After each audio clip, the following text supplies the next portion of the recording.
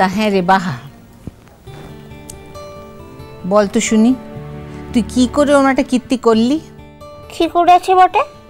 আবার মুখ ফুটে জিজ্ঞেস করছিস কি করেছিস? তোর লজ্জা করে না? আচ্ছা, না হয় অর্চিদা তোকে খুব খারাপ করেই বলেছিল, তা বলে তোর মনে এত কষ্ট হলো যে তুই আমাদের কাউকে কিচ্ছু না বলে একা একেবারে পলাশ বনিহাটে দিলি? আমরা তোকে কত খুঁজেছি জানিস? ফোনটা তো কুড়ে দিয়েছিলাম। ও, ফোন করলে বুঝি 7 খুন মাপ হয়ে গেল? ফোনটা তো করেছিলাম বটে।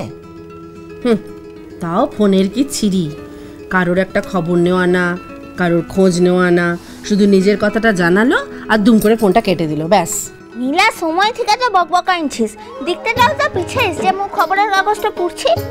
এই, একদম ধমকাবি না। এতদিন বাড়ির মানুষগুলো মরলো কি বাঁচলো খবর নেওয়ার একটা প্রয়োজন মনে করে না, এসে উনি এবারে ধমকাতে শুরু করেছেন। বেশ করেছি। কি বললাম তো, বেশ করেছি।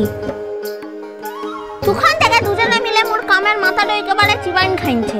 ও দিদি ভাই, দেখো দেখো দেখো, কোত্থেকে আমাদের শাশুড়ি ঠাকুরন এসেছেন, দেখো, বলছে এই দুটো। পাকা মেয়ে একটা, পাকা কথার বারে জুড়ি নেই ওনার।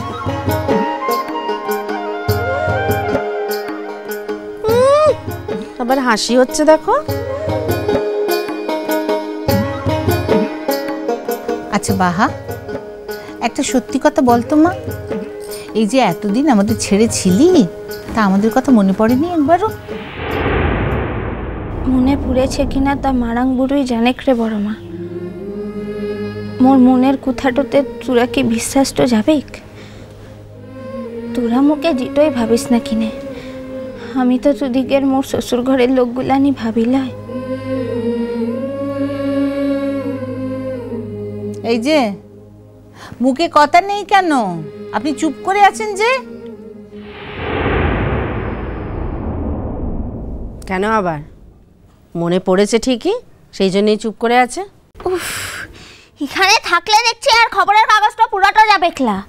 ভাবলাম যে ঘুমাতে যাওয়ার আগতে খবরের কাগজটা একবার ভালো করে পুরাটা নি, তা তো হবে ক্লাইলাই।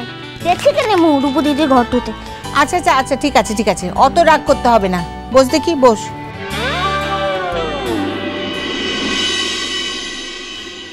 বাবা, তোমরা সবাই মিলে গল্প করছো এখানে? হ্যাঁ, আমাদের বাহামনির এতদিনের খ্যাপামির কারণগুলো জানতে চাইছি। কমলিকা, বসো। না গো, আমার অনেকগুলো খাতা দেখার আছে, 2 দিনের মধ্যে জমাও দিতে হবে। অর্চি ফিরছে না, আমি তো তাই।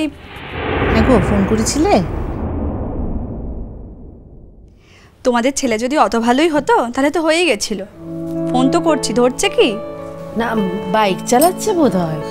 বাইক না চালালেও ও ফোনটা ধরবে না। ওর যখন দরকার, ওর যখন প্রয়োজন, তখনই ও ফোনটা করবে, আর অন্যের দরকার হলে যাকে। আর একটু দেখি না, আজ আবার ওই বাহাকে আনতে গিয়েছিল বলে একটু দেরি হয়েছে তো অফিস যেতে। আর এই যে দুম করে তখন বেরিয়ে গেল। আচ্ছা, বাহাকে যে আনতে যাচ্ছে সেটা তো আমাদের বলে গেলেই পারতো, তা না, দুম করে বেরিয়ে গেল হঠাৎ। আর এই যে বাহা, এবার বলো তো সোনা, জেঠুমণিকে তো নরম মানুষ পেয়ে ঠিক ফিরিয়ে দিলে, আর অর্চি দাদা গিয়ে যেই তোমাকে ধমকটা দিল অমনি হুড়মুড় করে চলে এলে, তাই তো? এই কদিন তোমার থেকে দূরে থেকে, তোমাকে না দেখে, তোমার গলা না শুনে আমার একটাই কথা মনে হচ্ছিল, আমি বোধহয় আর বাঁচব না।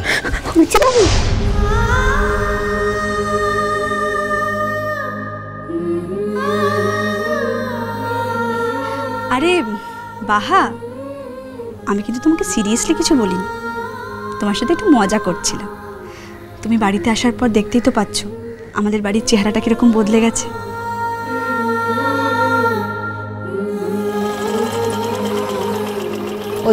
ওই যে এলেন। নিজু, যা উঠ, ভাতটা বাড়, যা যা যা, দেরি করিস না বাবা, আর দেরি করিস না।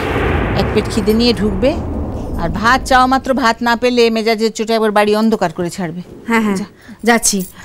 বুঝলে কমলিকা, অর্চি কিন্তু বাইকই চালাচ্ছিল, সেই জন্য তোমার ফোনটা ধরেনি। মা, তুমি তোমার ছেলের কি কোনো দোষই দেখো না মা? বড় মা, মু যেছে কিনে মুন্না খুব ঘুমটো লিগেছে, সর কিনে। ওই অর্চিদার বাইকের শব্দ পেয়ে যত রাজ্যের ঘুম একেবারে চোখে এসে জড়ো হলো, তাই তো?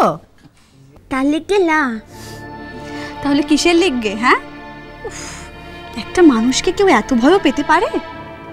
দাঁড়া বাহা দাঁড়া, অর্চিতা ঢুকলে তুই বাইরের দরজাটা বন্ধ করে তবে ঘুমোতে যাবি, বুঝলি? ওই কাজটা তো বরাবরই তোর ছিল। এখন তুই কদিন ছিলি না বলে আমরা করতাম, এখন তুই এসে গেছিস, এখন আমরা করবো নাকি? হ্যাঁ,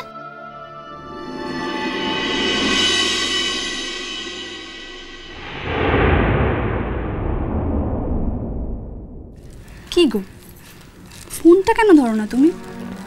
ও, তুমি ফোন করছিলে নাকি? কতবার তোমাকে বলেছি উঠছি, দেরি হলে রাত হলে একটা ফোন করে দেবে। নিশ্চিন্তে খাতাও দেখতে পাচ্ছি না, একটা কথাও কি তোমার মনে থাকে না?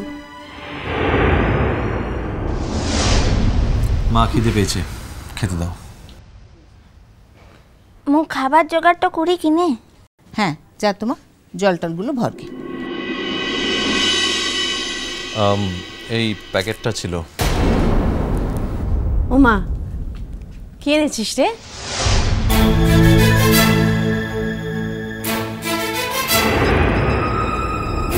যদি বলি এই প্যাকেটটা বাহার জন্য, এর মধ্যে কি জিনিস আছে তাহলে কি সবাই দেখতে চাইবে?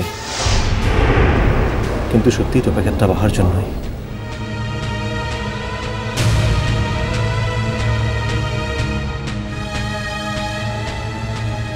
এত রাতে উঠে সকলে জেগে বসে থাকবে সেটা জানবো কি করে আমি?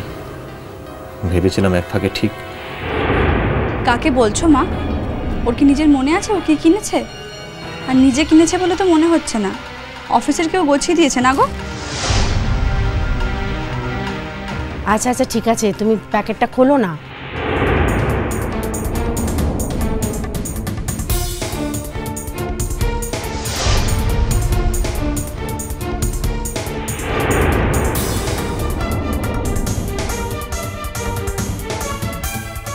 এটা কি? এতগুলো সিঁদুরের প্যাকেট কেন এনেছো?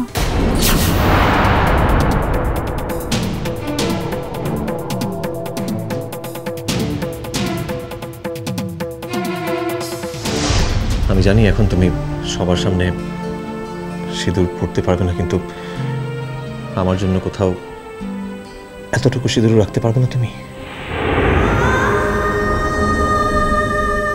তোকে তো আমি আগতেই বলেছিলাম। তখনকার কথা আলাদা ছিল বাহা, এখন আমি নিজে বলছি বলে তুমি পড়বে। বলো। পড়বো।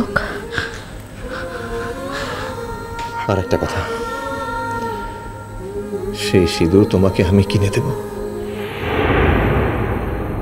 কি গো, আমি তো তোমাকে বলিনি যে আমার সিঁদুরের দরকার আছে, আর দরকার থাকলে তো আমি নিজেই।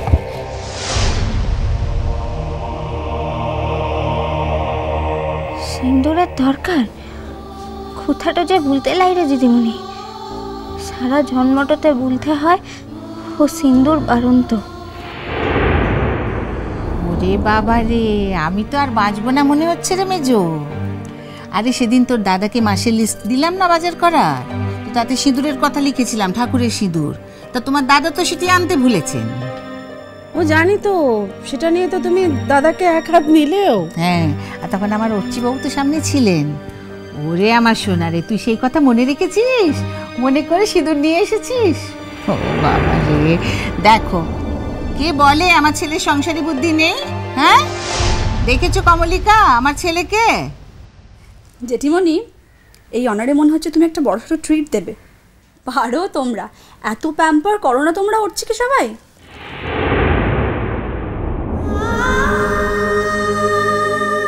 তার মানে সিঁদুরটা বাহার পাওয়া হলো না, অথচ আমি নিজেই ওকে বলেছিলাম যে